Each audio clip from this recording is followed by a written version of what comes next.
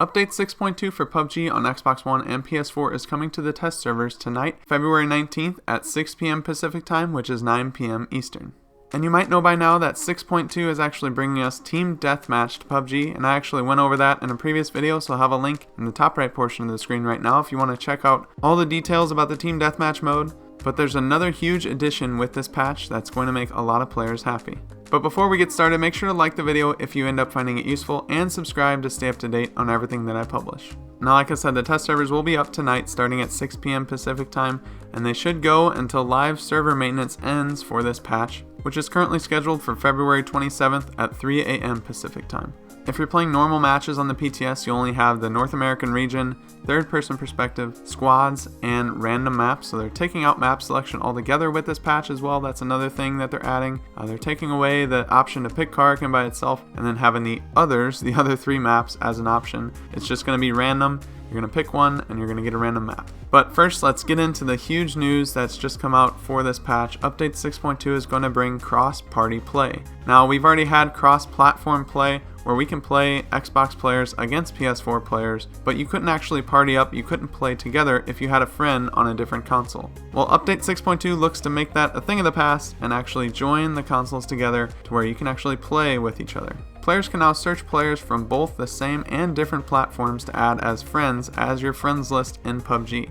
There's 4 tabs on the friends list. Platform shows your existing friend list that you've added for your current platform that you're playing on. So if you're on Xbox, it'll show your active friends that are playing on Xbox. And if you're on PS4, it'll show those PS4 friends. The PUBG tab in the friends list will help you organize your friends across platforms using cross-platform parties. Players can add friends by selecting follow when looking at a player's profile. The recent tab shows a list of players that you've recently met in games as a team or in recent matches. And the team tab shows your list of current teammates. And along with this, players from both console platforms will now be able to join the same custom match created, which is an awesome feature, and it's going to open the door for a lot of things to come for this game. And so yeah, this is what we've been wanting since we've gotten cross-platform play. We wanted to actually been able to party up with our friends from the different consoles, and now we'll have the ability to search players from both the same and different platforms to add as friends and get out there and fight in the battlegrounds. And like I mentioned, the other really big thing that's coming with patch 6.2 is Team Deathmatch. I've already covered all the details on Team Deathmatch in a separate video, so make sure to check that one out. But basically, it's 8v8 and it's first-person perspective only,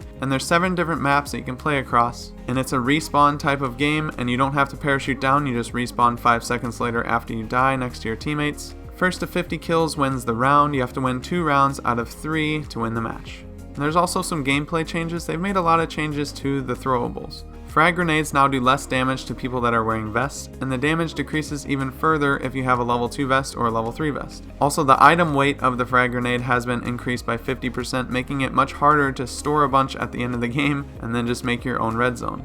Smoke grenades fuse time has been decreased from 3 seconds to 1 second. Stun grenades now explode 0.7 seconds after first impact or after the fuse timer runs out. And Molotov cocktails have seen a huge change. They increase the speed at which fire spreads by 50%, and the fire will actually spread around objects, so if you throw it at a tree, it should actually spread to the back of the tree now, so I think they're making them a little bit more realistic.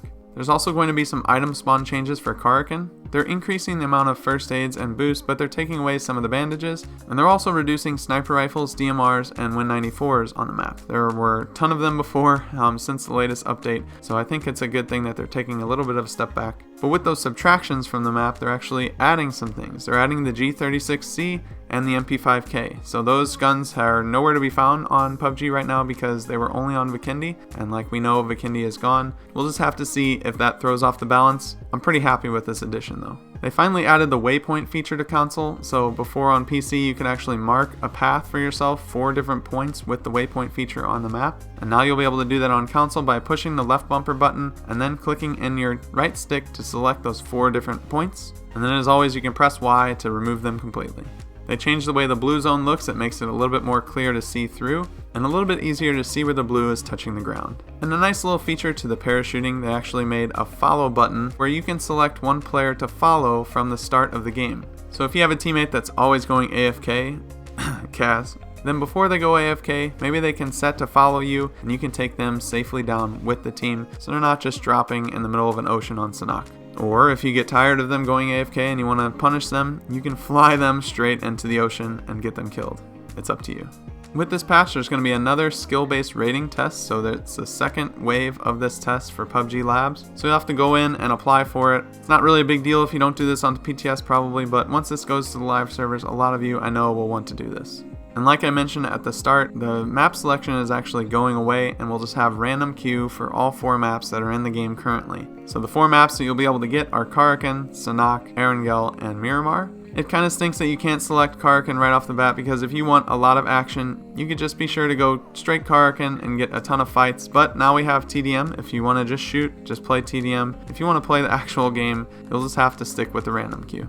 There's some bug fixes, some performance fixes, some world changes, things like that, but I'm not going to get into those fine details here. The last thing I do want to mention is this dev note that's in the patch notes. It says, "We wanted to take the time to address the crashing issues that some of our players have been experiencing. During our investigation, we found that unnecessary memory was being used. We have optimized this area and applied these improvements for update 6.2, which should alleviate crashing.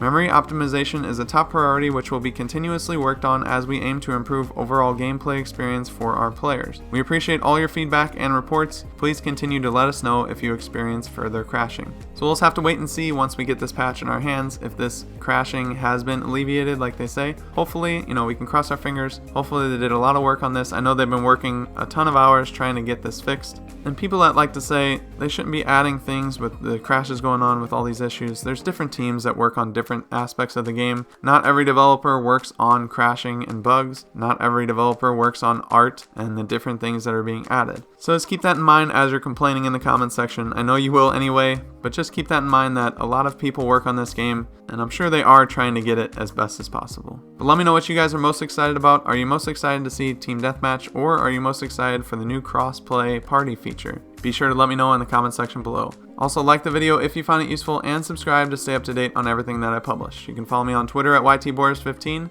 But with all that being said, I hope you guys have a good rest of your day. Until next time, I'll see you later.